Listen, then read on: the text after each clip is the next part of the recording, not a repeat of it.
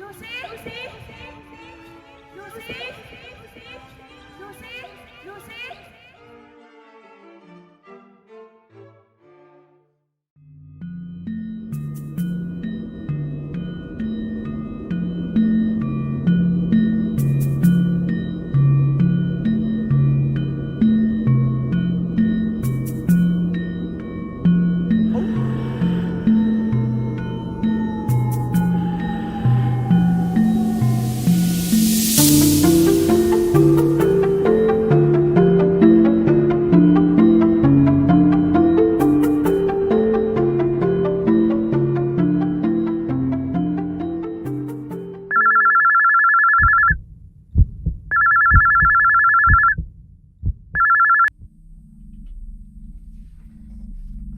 Hello?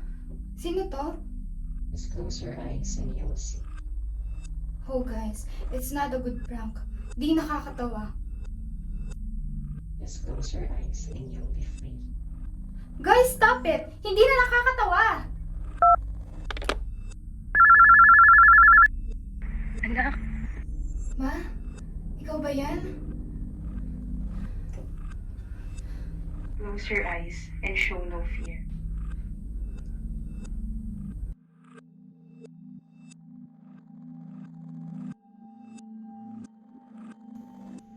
Hey guys, I'll be right back. May pupunin lang ako.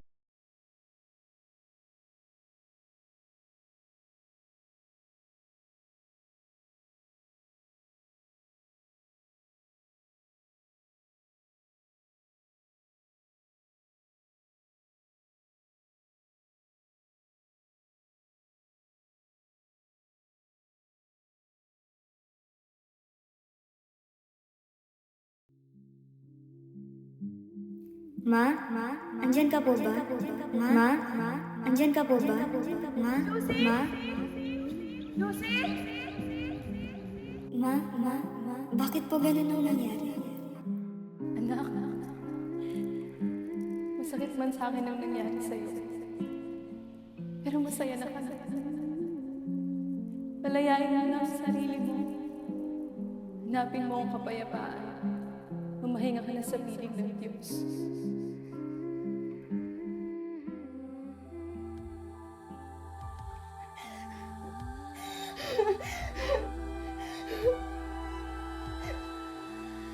Lucy!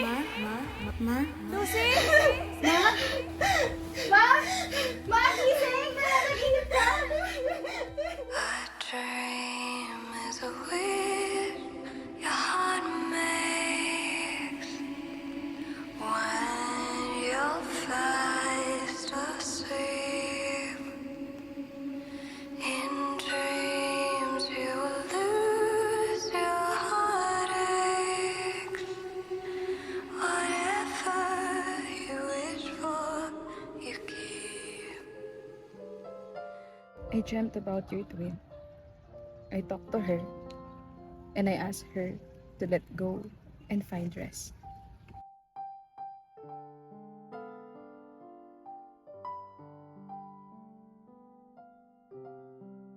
Are you sure, Mom? Are you okay now?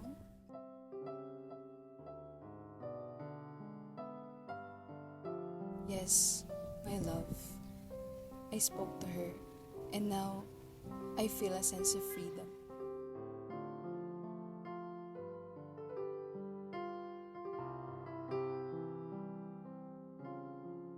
Pero bago ako nagising, may sinabi siya sa akin sa panaginip ko. Hindi daw siya aksidenteng nahulog sa building.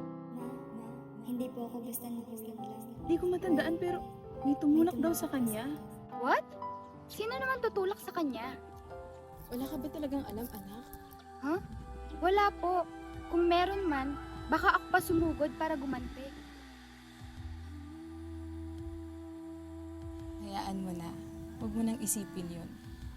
Nakaraan na yun. Lumaya na tayo sa mga sakit mula sa puso natin, mula sa nakaraan. Magpalaya ka. Lumaya ka.